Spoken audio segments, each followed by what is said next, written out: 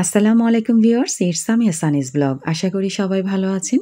আলহামদুলিল্লাহ আমিও আজকে অনেক ভালো আছি।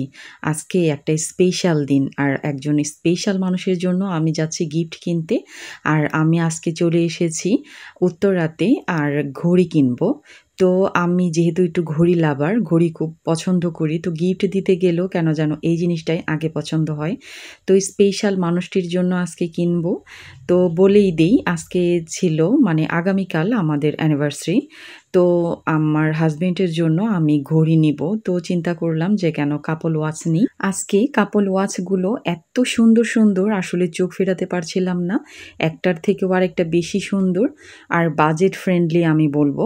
তো আসলে আরেকটা জিনিস হচ্ছে মানে পছন্দের মানুষের জন্য কিনতে গেলে আমরা কিন্তু আসলে বাজেটের দিকে তাকিয়ে থাকি না। পছন্দের উপরে আসলে আমরা মনে হয় সবাই নির্ভর করি। তো এইটা আমি আজকে নিয়েছি। তো বলবেন কেমন হয়েছে? তো এই তো কেনাকাটা শেষ করে বাসায় চলে এসেছি। আর এসে দেখি বিকেলে হাসব্যান্ড কিছু নাস্তা নিয়ে এসেছে। তো এসে কিন্তু ভালো লাগছিল কারণ আমাকে ক্লান্ত হয়ে আর কিছু তৈরি করতে হবে না বাচ্চাদের জন্য বা বাসার জন্য। আমার হাসব্যান্ডের একটা বিষয় আমি সবসময় লক্ষ্য করি, যখন আমাদের মনটা খুব ভালো থাকে তখনও সে স্পেশাল কিছু খাওয়ানোর চেষ্টা করে।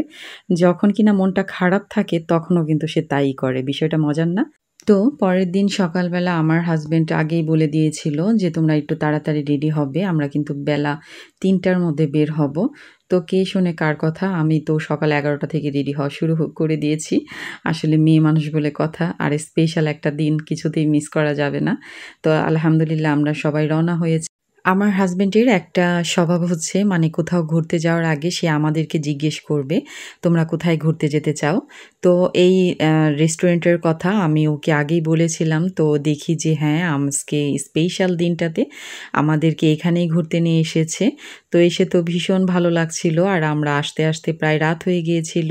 তো আমার কাছে মনে হচ্ছিল যে দিনের চেয়ে মনে হয় রাতের পরিবেশটা আসলে বেশি ভালো লাগছে। ঠান্ডা, ঠান্ডা প্লাস হচ্ছে লাইট আর এত সুন্দর সবুজে ঘেরা, আসলে যে কারোরই মন ভালো হয়ে যাওয়ার মতো অবস্থা। ছবি এবং ভিডিও নেওয়ার জন্য জায়গাটা আমি বলব একদম পারফেক্ট। এই রেস্টুরেন্টের সবচেয়ে আকর্ষণীয় জায়গাটা হচ্ছে রুফটপ। আর এই জায়গাটা কিন্তু আপনি ভীষণভাবে এনজয় করবেন। তো এর মধ্যে খাবারটাও চলে এসেছে। আর আমি বলব ওদের খাবারটা খুবই সুন্দর করে যেমন সাজানো থাকে প্লাস টেস্টটাও খুবই ভালো থাকে। এখানে আমরা একটা ইন্ডিয়ান থালি অর্ডার করেছিলাম। এটাতে সি ফুড প্লাস ইন্ডিয়ান কিছু খাবারের আইটেম মিশ্রণ করা ছিল। তো এই প্যাকেজটা আমার কাছে ভীষণ ভালো লেগেছে আর আমরা সবাই খুব এনজয় করেছি।